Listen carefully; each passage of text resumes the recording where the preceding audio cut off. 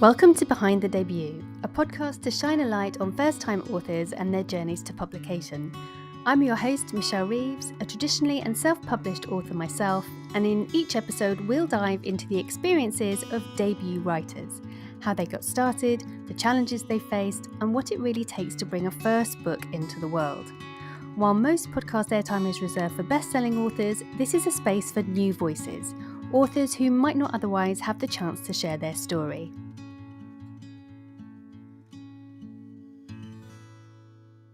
In today's episode, I'm delighted to welcome a brand new young writer and poet from Pakistan, Sara Ali. Sara published her first English short story in January this year through Draft to Digital after struggling to self-publish in English in her home country. I was so enchanted with Sara's story, her resilience and determination to publish her own work against the odds that I just had to have her on the show. So welcome to the show, Sara. Can you introduce yourself and tell us a little bit about your first published work and what inspired you to write it? Hello, I'm Sara Ali. I'm from Pakistan, Karachi. I'm a clinical psychologist and I completed my degree last year. As of my first book, I started writing my first book when I was a 16-year-old, but I will never call it a book. It was less of a book and much more of a teenage fantasy something. So yeah, I never get to complete it. But that was a time when my creativity hit me and I started to discover my writing through different bases. I started writing scripts for my college plays and a script for short films for the festivals, but then I get to realize that I'm much more of a scene developer than a script writer, because you see, it's so much different when you're writing a script for a movie or plays and you're writing a novel. When you're writing a scripts, it's all about actors. It's all dependent on actors, how they are presenting themselves, how they are delivering the dialogues, all the execution, all the presentation of the story. It's all dependent upon the actors. But when you're writing a novel, it's upon writer, how they're conveying the story, how they're executing the story, how they are developing a scene, a moment, and then hitting the dialogue. So I started writing The Callings, which is my first completed and published project. I wanted to discover myself as a story writer. So The Callings is literally a story about an artist, Eva. She's a trumpet player trying to find herself, her path in this world. There are so many experimentations I did with this book actually, such as I didn't reveal the character's name before the last scene because that is when she found herself. And beside that, there is still so much in there. I try to broaden my horizons, test myself at which lands I can go. It's a philosophical journey of an artist actually. Yeah, and the feeling that I had, that I want to discover myself, that is what made me feel connected to Eva. So that was a real inspiration, I think. Yeah. That's wonderful that you had such a strong connection with one of your own characters. Did you plan the callings extensively, or are you a bit more of a pantser when you're writing? Do you kind of just go with the flow? No, I didn't plan a single thing when I was writing The Callings. Usually, I do actually create outlines before writing a chapter. I make turns and curves for the scene. I brainstorm characters, how I'm gonna use what trait of them, at which point. But during The Callings, I guess it was more of a personal project, personal thing to write. It was something I felt connected with, so I resonated the same feelings as Eva. I didn't plan anything while writing The Callings. It all came by itself. Yeah, so I just let the words guide my flow with the book. For once, I don't think I wasn't the one writing words. It was the words writing me, telling me what I am and what I can be, where I can go. So, yeah. It's so beautiful hearing you talk about your work that way, that it's helping you to develop as a writer, that it's telling you who you can become. Such a wonderful gift, I guess, that we really need to think about as writers, that our work is developing us. We're not just developing the work. What would you say your biggest challenge was during the writing process? The biggest challenge, I think it was definitely the time, because I took a long break after creating my first draft, and I created my first draft within 2.5 weeks, maybe in something around it. It's a short story with 5 scenes only, but I edited a lot. I would scrape up everything and rewrite everything. You see, I started writing the callings during COVID, and at that time, I had a lot of time to work on my book. So after the pandemic, when I got busy with my life again, it was a great hassle for me to work on my story, especially because I no longer felt the same way as Eva did, and it was a hard thing for me to feel connected with her now. You see, I started to feel like I'm doing good, I'm moving forward with my life again, but Eva was not moving forward with her life, and I had to make her move forward. So yeah, I think it was hard for me to write a motivation for her to do so. That was a challenge for me to write. Wow, you clearly have a really deep connection with your main character. Was there a particular chapter or scene that you found especially difficult or perhaps especially rewarding to write? Oh yeah, definitely. I told you the real challenge for me was to write a motivation for her to move forward, and I think that was the real reason I took a very long time to write that subway scene where she meets George. He's an old bass player, and he shows her what she's missing out on, because she has stopped thinking about music, and it's the people and their judgment that was guiding her music now. So you see, that was the most challenging character and a chapter for me to write, because it was a chapter that forced my character to make a choice now, and I had to write it in a way that she feels motivated enough to go where I want her to go. So yeah, I wrote that scene after a very long break, and the inspiration hit me only when I felt the connection again with Eva. Because you see, when I got busy with my routine and didn't had enough time to work on my writing, so whenever I would try to edit the callings, it would look like a complete disaster to me, and I started to feel like maybe I'm losing my touch, I'm losing my art, and that feeling of losing myself, that was the thing I used to make a connection with Eva again. And then I realized that maybe I was going through a writer's block at that scene. I took a very long time to write that scene, that subway scene, and maybe because I had a lot of things going in the back of my head, and I wasn't giving all of myself to my book, all of myself to my writing. My book was in my complete focus at that time, and maybe that was a real issue. So I made a time, I made a schedule for that scene only, so I can work on it. Yeah, and Yeah. then when I realized that what was the issue with my writing, why I felt lost with my art, so I created a character of George, so that he will let Eva know what's the issue with her art, why she feels lost with it, why she feels like she's losing her touch with her music. Because you see, inner psychology, it's a fact that when the reason of the problem is known, half of the problem is solved. So uh, then working on a solution is an easy thing when you know why the problem is arising. So yeah, I let Eva know what was the issue with her, so she can work on it. I think, yeah, that was the real challenging thing for me.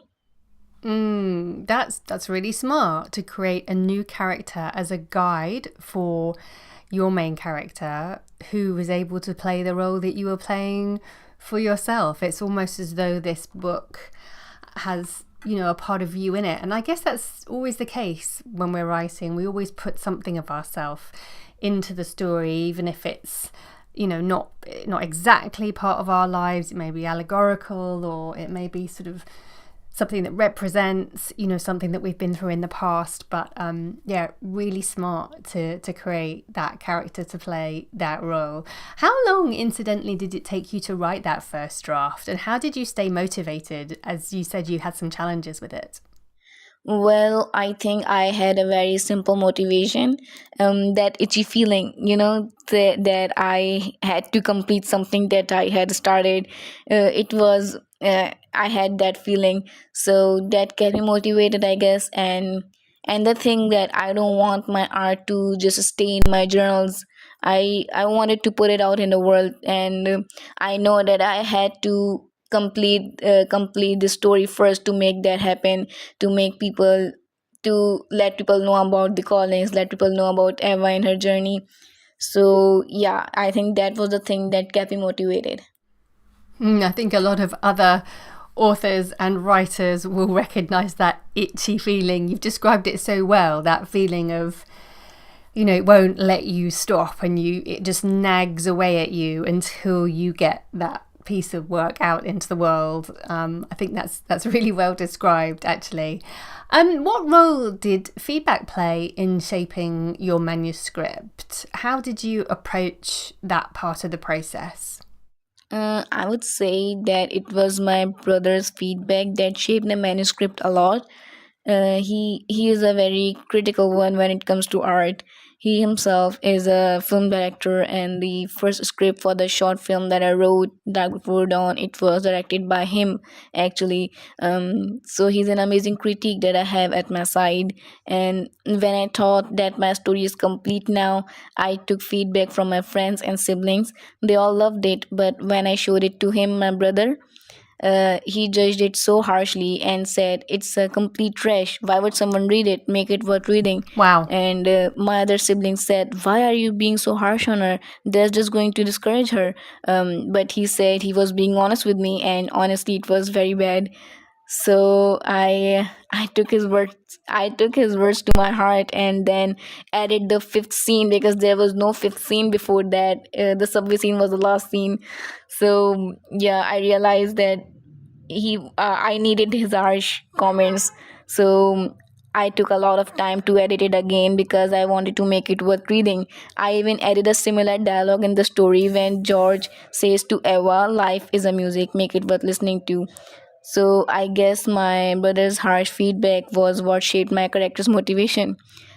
And as of editing and revisions, I myself edited it a lot, like countless of times. But other than that, I hired two proofreaders. The one was professional, I saw on a social media, and the other one was my friend. She's also a writer. She has written fan fictions on Wattpad and Inkit. I actually made her proofread it because I wanted readers' perspectives, if they can understand what's happening in the scene, because the transactions of the scenes are surreal and dreamlike. That is, whenever the scene ends, it feels like a dreamlike experience, such as when she slept on a train at the end of the one scene and wakes up on a boat in the middle of a lake at the start of the other scene. It was some kind of a signification that how it feels like when time is flying and you are not being able to grab onto it. How it feels like, that you have skipped some part of your life, that journey of uh, getting onto a place you are on now.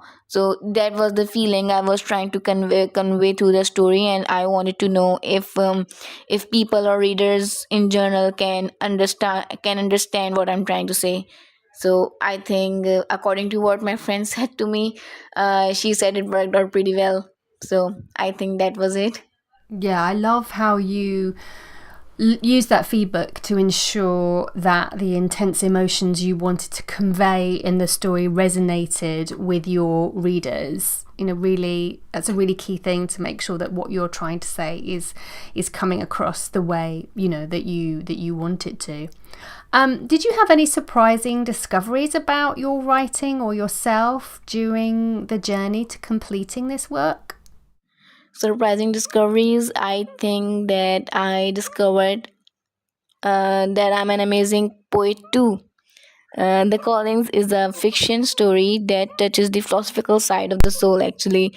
And The break I took while writing the book, that is when I often couldn't make time for writing story or brainstorm on the motivational dialogues and scenes and editing, of course. So at that time my creative juices flowed differently, and I started to write proses at first.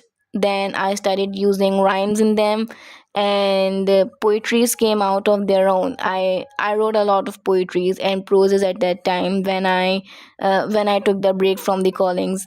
I still write them. It's a little form of hobby for me now.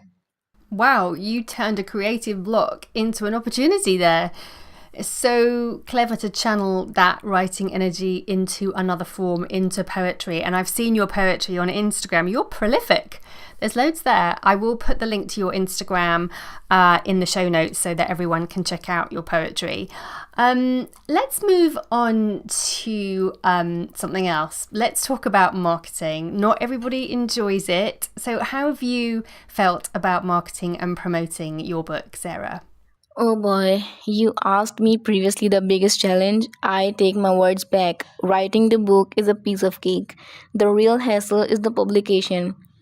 Oh my god, that was a real challenge I faced, I think, because in the country like Pakistan, it there is a very little chance for traditional publishing, especially when it's in English or any other language than Urdu. Most of the writers in Pakistan are self-published, but the issue I had was that I didn't want to just grab the Pakistani audience. The callings is a message about life, about keeping your wings afloat in the air, and I wanted it out. I wanted it to fly so much more higher as it can. I mailed and approached a lot of publishing houses, but they were all suggesting anthologies, and anthologies had very limited number of pages for me. So that meant I would have to sacrifice on my on my word count, and I was not ready to do so. Then I learned about draft to digital, and then I applied there. They give me a platform which I'll always be thankful for. They made it really convenient and easy to publish a book for me. So yeah, after 7 to 8 months of juggling contacts and mails, I managed to publish my story and released it out in the world. But marketing, it's a whole different story, and I'm so not good at business and marketing strategies. But I'm thankful for the people I have at my side who are helping me in that department. So interesting how you already knew that you wanted to share this work more globally, and Draft to Digital is fantastic for that. I publish wide with my book, so I'm on Amazon, but I do also publish through Draft to Digital, and it is, it's a great service to be able to release your work much more widely. So huge congrats for learning how to do that, because it isn't easy when you're first starting out. So you've done really, really well with that. Tell us a bit about your writing routine and any tools or resources that you use. Of course, I have. I cannot write without food at my side. I need something to chew on or drink on to keep my mind running. But yeah, apart from that, there are no tools and no resources I need. I can also write when I have a paper and a pen. It's better, I think, with a paper and a pen. It's more better.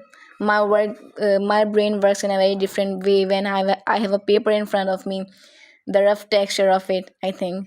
But I'm okay with any tool. I'm okay with laptop, phone, or paper. It's all good for me. But as of routine, I do have one now, but I didn't had any writing routine during the callings. uh, I would write or edit it whenever I'd feel like it. So it was in, and nothing was planned or scheduled during the callings, but um, I do now. I do have a schedule and planning for the next book.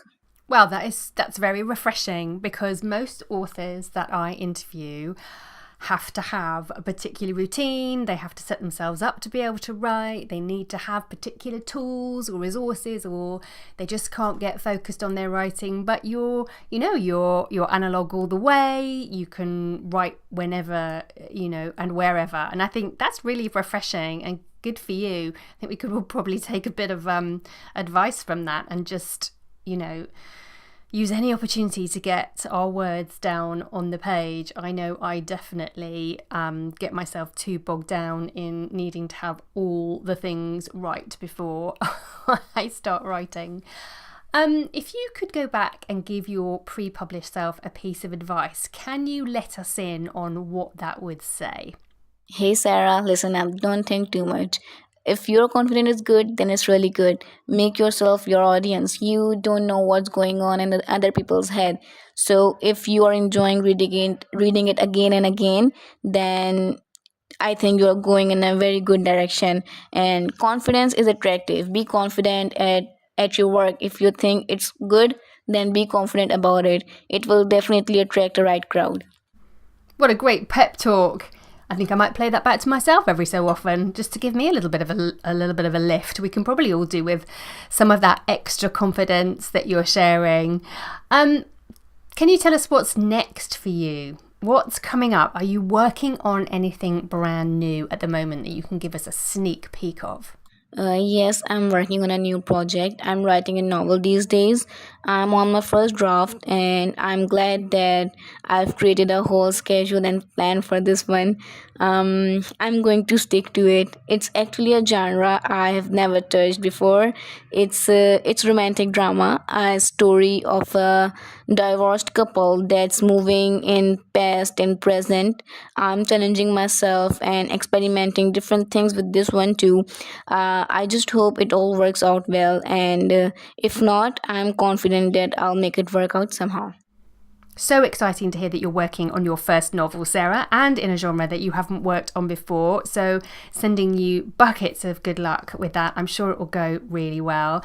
And I'm sure there's a ton of other young writers listening today who, are going to take a lot of inspiration from listening to you. You're a new young writer yourself, and it's challenging out there. The publishing industry is changing a lot, and it's really encouraging to hear that there are new writers who feel that they have the confidence to share their work more globally. So for those people and anyone else who's listening, where can they find out more about you and your work? Dear people, you all can find me on my Instagram account. It's Sara Ali Q3.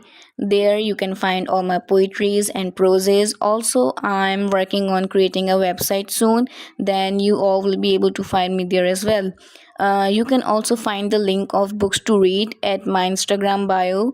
If you want to read The Callings, it's on so many platforms and it's completely free to read. So do give it a read and do give me a review. It's also available at Goodreads too. So thank you so much for inviting me for the podcast. I think it was great, really great to talk about The Callings. That's it for this episode of Behind the Debut. A huge thank you to Sarah for sharing her journey with us. If you enjoyed this episode, please do consider subscribing, leaving a review, or sharing it with a fellow book lover. It really helps new authors to get discovered. You can find more about today's guest, including where to buy their book, in the show notes. And if you're a debut author yourself and would love to be featured, email me at michelle@michellereeveswrites.com for more details. Thanks for listening, and until next time, keep writing, keep dreaming, and keep turning the page on your own story.